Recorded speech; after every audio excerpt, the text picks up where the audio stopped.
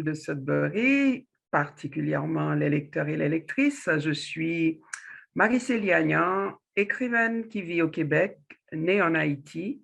J'habite le Québec depuis 1970. Alors, je suis écrivaine, j'ai publié poésie, nouvelles, romans, littérature jeunesse. Et puis, je remercie aussi, bien entendu, le Salon du Livre de Sudbury qui m'a offert l'occasion, enfin, de vous parler via cette capsule au cours du mois de l'histoire, dans le cadre plutôt du mois de l'histoire des Noirs. Je dois vous dire, enfin, je dois dire que c'est une période au cours de l'année sur laquelle j'ai dû quand même beaucoup réfléchir parce que je me disais toujours, mais comment se fait-il que des sociétés aient besoin d'un mois pour rappeler, vous voyez, vous rappeler la présence d'une série de personnes dans une communauté? Est-ce qu'il n'y a pas d'autres moyens? Mais on se rend compte, enfin, je me suis rendu compte surtout en discutant avec des jeunes que enfin, via cette pensée critique que j'ai pu développer, que pour eux surtout, pour les jeunes, c'était important. C'est-à-dire, les jeunes ont besoin d'ancrage. Comme être humain, on a besoin de connaître notre histoire, de connaître notre passé, des choses qui ne sont pas offertes, même à l'école. Et c'est là que j'ai commencé à accepter les invitations, parce qu'il est difficile selon moi, d'accepter la persistance du racisme, d'accepter la persistance des discriminations et des préjugés. Et cette pensée critique nous aide parce que ce sont des éléments qu'on ne peut comprendre que lorsqu'on creuse les rapports de force qui régissent nos sociétés. Vous voyez, qui fondent, sur lesquels les sociétés enfin, se sont toujours appuyées, mais aussi qui nous permettent de comprendre cette ignorance contre laquelle nous devons lutter. Et c'est là que j'ai accepté en quelque sorte de participer à ce genre d'activité. Euh, alors, je me suis dit qu'un écrivain a aussi une responsabilité dans la mesure où cette prise de parole que constitue l'écriture euh, doit avoir un sens. Et pour moi qui suis né en Haïti, ça a un sens de discuter avec les jeunes, de discuter et aussi de leur donner de l'espoir. Parce que l'écriture, je me dis, doit toujours garder l'espoir. On doit toujours avoir l'espoir au bout de la plume. Alors voilà, encore une fois, je dis merci au salon. Je n'irai pas dans un discours enfin trop long.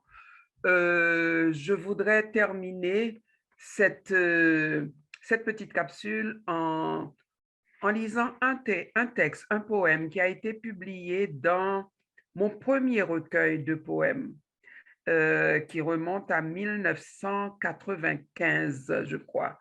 Et c'est un poème que j'avais écrit qui s'intitule Blues pour Lazani. Lazani qui est le nom que l'on donne aussi à l'Afrique du Sud. J'ai écrit ce texte parce que c'est à mon arrivée au Canada, même si je suis née en Haïti, un pays où il y a énormément de problèmes sociaux, une misère qui a été fabriquée. Parce qu'Haïti, je dis souvent que c'est l'un des pays qui a le plus souffert des politiques coloniales et néocoloniales et qui sont la base, en fait, de mon travail comme écrivain. C'est un pays que je dis qui a été appauvri quand on sait qu'après l'indépendance, Haïti est le premier pays qui a pris son indépendance. Haïti a dû payer une somme incroyablement élevée à la France pour dédommager les colons.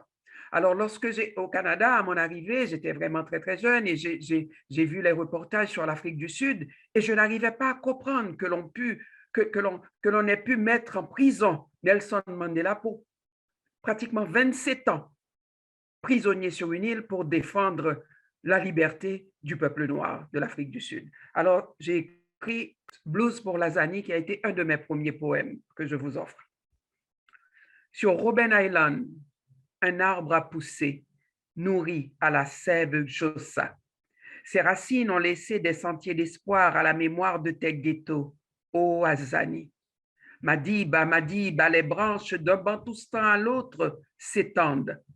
Madiba, écoute Madiba, les tambours Jossa empruntent tes sentiers. Dans la grisaille d'orange, une reine va. Elle chante Madiba, mon pays, mon amour. Sa voix est un serpent qui étrangle Brunfort, la blanche. bannissez-la, exilez-la, les tambours Xhosa retrouveront ses pas. Sur les barbelés de Soweto, des larmes sont restées figées, abasourdies. Récif en colère jaillit de tes prunelles lourdes de vos enfants. Zami, Madiba, la Zani est un blues immense. Dans la nuit noire comme un long fleuve en rue, vos enfants aux prunelles lourdes chevauchent des tambours Xhosa. Alors, je ne sais pas si je prononce bien Xhosa, bon, c'est le nom d'une ethnie, je pense que c'est l'ethnie de Nelson Mandela. Et puis, lorsque je parle de Madiba, c'est le petit nom, c'est le nom affectueux qu'on a donné, enfin que le peuple sud-africain a donné à Madiba. Je fais référence à Orange, à Brunfort-la-Blanche, cette cité des Blancs. Et je parle aussi de Zami, qui est le petit nom qu'on donnait à l'épouse, la première épouse de Nelson Mandela, Winnie Mandela, qui était aussi une militante incomparable, qui sont restées dans mon cœur. Alors voilà, je pense que ma capsule va s'arrêter là. Je vous dis merci et puis tenez bon. On a mené des luttes, il y a encore des luttes à mener et la littérature constitue toujours une arme pour les combats à mener. Merci beaucoup, au revoir et bonne lecture et bon salon surtout.